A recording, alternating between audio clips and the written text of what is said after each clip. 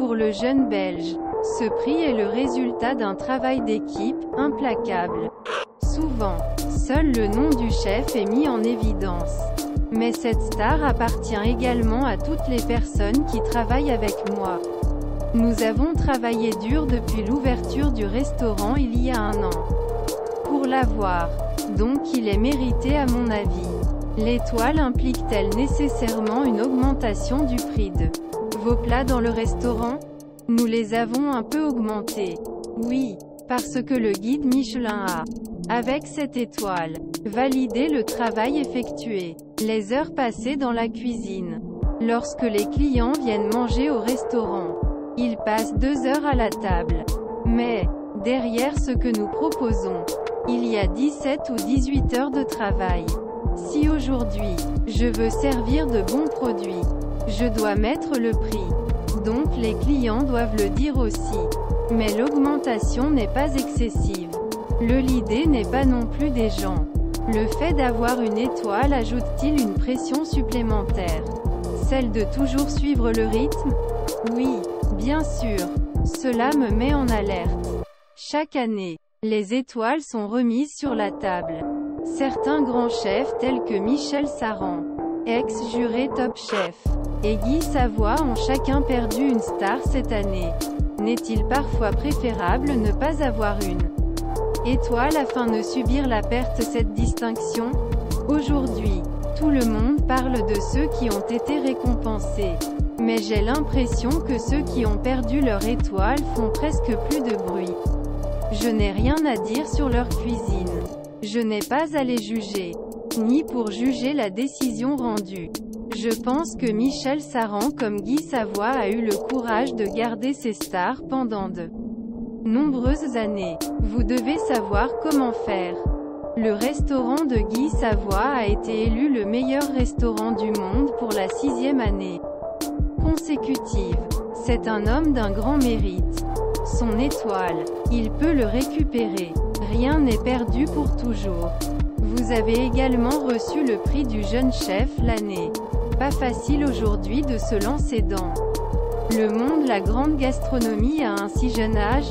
Ce n'est pas facile. Et encore moins en tant que Belge à Paris. Il y a beaucoup de jalousie. Nous n'allons pas mentir les uns aux autres. Mais, je n'écoute pas la critique. Je reste humble et je garde mes pieds sur le terrain. J'ai encore beaucoup à apprendre et j'adore ça. Plusieurs chefs qui ont participé à Top Chef sont maintenant joués. Pensez-vous qu'il y a un lien causal? Non, je ne pense pas. Vous n'avez pas la star parce que vous avez fait le meilleur chef. Nous n'avons pas plus de chance que quiconque. D'autre part, nous pouvons être plus mis en évidence et notre récompense peut faire plus bruit qu'un autre. Mais l'étoile, ce n'est que l'œuvre qui l'apporte. La nouvelle saison de Top Chef est diffusée depuis lundi dernier sur RTL TVI. La suivez-vous? Cette année, je ne suis au courant de rien. Simplement parce que je n'avais pas le temps de regarder comme les années précédentes. J'ai rencontré César une fois mais je ne peux pas dire que je le connais bien. Vous qui êtes arrivés aux demi-finales de la compétition, quels conseils pourriez-vous donner aux nouveaux candidats? Je leur conseille d'être eux-mêmes et de bien cuisiner. Projet pour la bonne cause et un peu fou, résidant maintenant à Paris, à 5 minutes de son restaurant.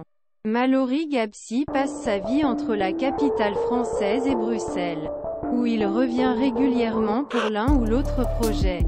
Le 20 mars à Tours et Taxi.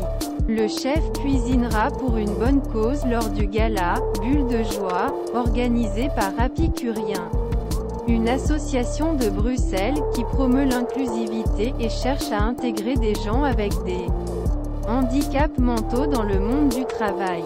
Il y a 1 an et demi, j'ai eu vrai béguin cette association et pour ce qu'il représente. Confie au jeune homme qui y préparera menu avec Arnaud Delven, autre candidat belge exceptionnel Top Chef. Tandis qu'Éric Boschman s'occupera des vins. Une fois l'action terminée, la Belge rejoindra Philippe Etty-Chebest sur le tournage de Cauchemar en cuisine. Un programme qu'il a rejoint en 2021. Beaucoup de restaurants ont postulé pour participer au spectacle. Mais de nombreux critères, tels que la luminosité l'endroit, par exemple, entrent en jeu et rendent parfois impossible le tournage dans l'établissement. Nous avons donc dû faire des choix. En exclusivité, Mallory Gapsi nous informe également de l'ouverture cet été d'un restaurant éphémère, Mallory Gapsi. Cela ouvrira ses portes pendant 2 mois dans la région de Reims. C'est un projet haut de gamme et un peu fou que je lance avec une belle maison de champagne, explique le chef. Nous allons y trouver ma cuisine mais d'une manière un peu plus simplifiée. Je veux le play de rester plus accessible financial et que ceux du RESTAUILLE.